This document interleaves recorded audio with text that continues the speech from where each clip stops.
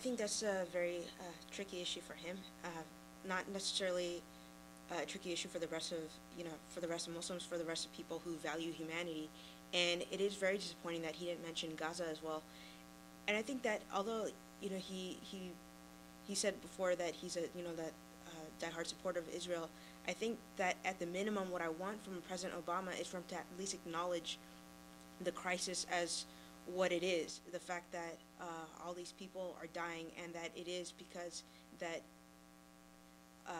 that he just needs to understand that we need to get behind the people of Gaza to make sure that they don't breed anti-American sentiment as well, because the Americans are the only supporters of Israel, and it's just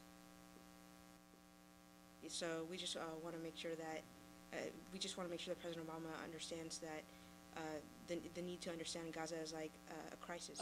Obama could not speak out prior to becoming president when there was a president that was sitting in America who had all the power and made all the decisions, and out of respect for the office he was running for, he could not make those statements. I don't know whether the rest of the world realized that, but that is how and why America have the orderliness of moving from one administration to the other, is that they do respect the policies. They have to by law, and they out of respect. He always said there's only one president here at a time. So I understood why he could not come forth and make the statement.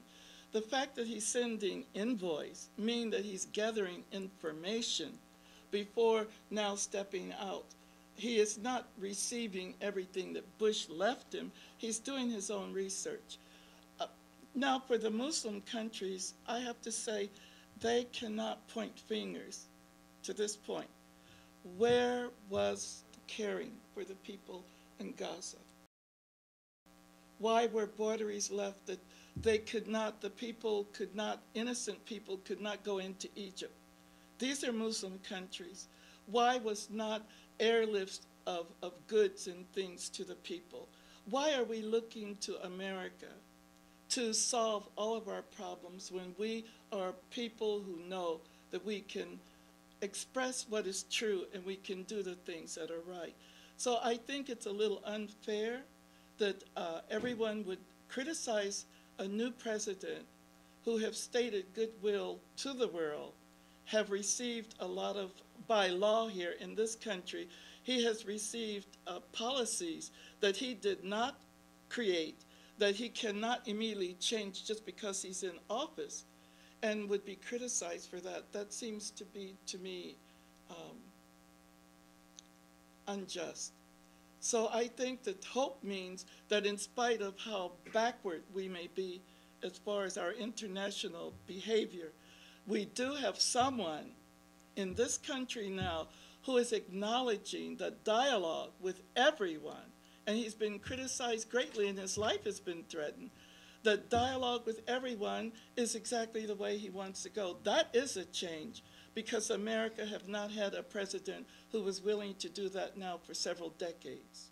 The personality worship or the idea of the presidency is one thing, but the question posed to him, I was expecting just a human response. Now whether or not Bush was still in office, or what it might mean politically and all that, I realized that the significance of that. But I know he's a very sharp and intelligent person, and I would like to think that he has a view, a personal view himself. And part of, to me, what change means is having somebody be able to demonstrate leadership by expressing that. If I could just make one little clarification. Obama is a constitutional lawyer, which means that he's very much versed in the laws of government here in the United States. He's not interviewed on international affairs for personal views. He's interviewed for official views The world does not make a distinction when you reach a certain level between your personal and your official. Everything that comes from his mouth is official. Everything that came from President Bush's mouth was official, and it was American policy. I'm glad that the sister mentioned that there were certain things that he did speak about. That's because it was in agreement with the president who was in power. He did not speak about Gaza, and most people should feel good about that, because it means he did not want to speak against the president that was in office or against American policy at that time. And I will say again, the fact that he's sending envoys into these areas means that he is fact gathering for himself. He did not speak because if he spoke, he may have violated that trust of speaking against and created a bigger division here in this country. So I think that as Muslims, I would really encourage us to become more involved in American government system, become more involved in what is appropriate, what is not appropriate, because we may end up criticizing the law, the Constitution, and people are really doing fact-finding in order to change things. We're not dictator where he can sit up and say, we will not do this and we will do that. We have certain treaties which we have to respect. And so it takes time and it takes influencing to do that. And I see him already moving in that Obama direction. sent envoys there. He also sent $30 billion to Israel's defense over the next 5 to 10 years. And Obama knows what's going on. If the CIA didn't have people in Gaza, I would be very surprised. And they know what's going on. Exactly.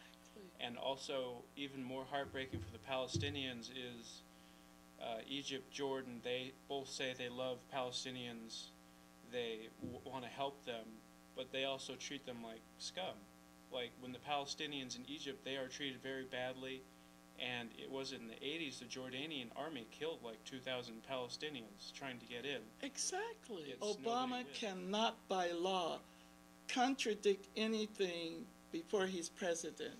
And in order for him to change an awful lot of things, how many saw him signing bills this week? In order for him to change anything, there's a system that one must go through.